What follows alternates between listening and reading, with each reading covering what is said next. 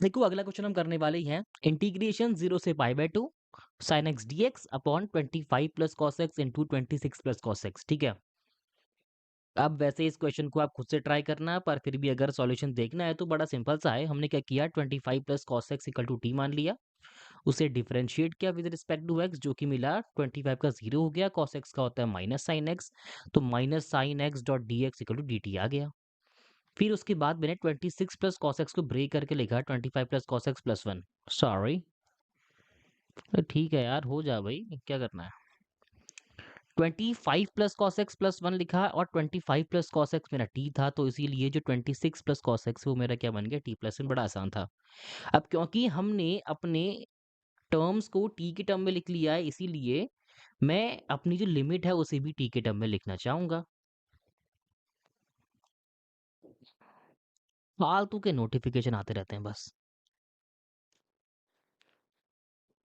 तो करना कुछ नहीं है, लिमिट चेंज कर रहा हूँ। ये कौन सी लिमिट है, अपर लिमिट है, सॉरी लोअर लिमिट है। तो एट x इक्वल टू 0 आ गया, और 25 plus cos 0 equal to T. बच्चा बच्चा जानता है कॉस 0 की वैल्यू क्या होती है भैया, 1 होती है। तो रख दी, 25 प्लस 1 कितना हो गया, 26, विच इज टी की वैल्यू आ गई 26, यानी कि जो मेरी लोअर लिमिट है वो आ गई 26। फिर at X equal to pi by 2 यानी कि 90 डिग्रीज। तो हम जानते हैं कि 25 प्लस कॉस 90 करेंगे तो सिर्फ क्या मिलेगा, टी की वैल्यू 25, जिसके पीछे का रीजन ये है कि कॉस 90 की वैल्यू क्या होती है, 0।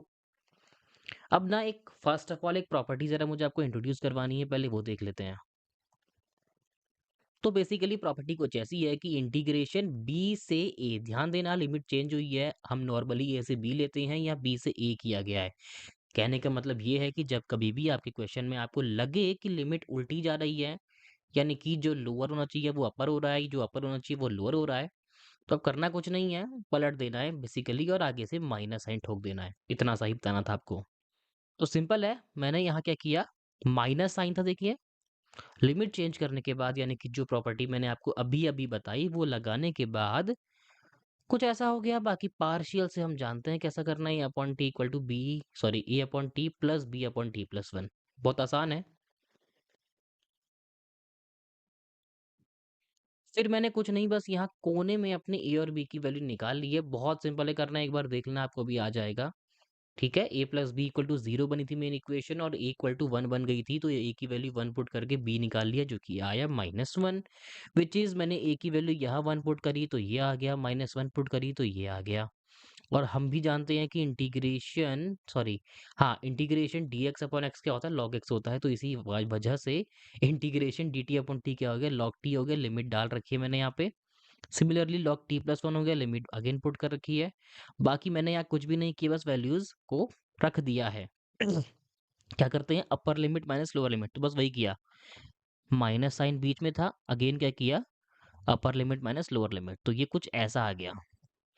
मैं होप कर रहा हूँ कि आपको ये लिमिट पुट करना आ गया होगा, बड़ा आसान था। अब करना क्या है, मुझे थोड़ा सा और सॉल्विंग करनी है, कुछ लॉग की प्रॉपर्टीज लगानी है। जैसे कि हम जानते हैं कि लॉग ए प्लस लॉग बी क्या होता है, लॉग ए इंटू बी होता है, और लॉग ए की पावर n है अगर, तो उसे n लॉग ए ले लेते हैं। ऐसा क्यों बताया, क्योंकि 2 लॉग 26 है ना, तो उसे क्या लिखेंगे, लॉग 26 का स्क्वायर। बाकी मैंने माइनस कॉमन निकाला था, लॉग 25 प्लस लॉग 27 आ गया, जो कि हो गया लॉग 25 इंटू 27। और लॉग ए माइनस लॉग बी क्या होता है, लॉग ए अपॉन बी होता है। चाहो तो इनका स्क्वायर कर लेना, इनका मल्टीप्लाई कर लेना, वरना यहाँ पे आंसर छोड़ सकते हो, ये भी बिल्कुल करेक्ट हो जाएगा।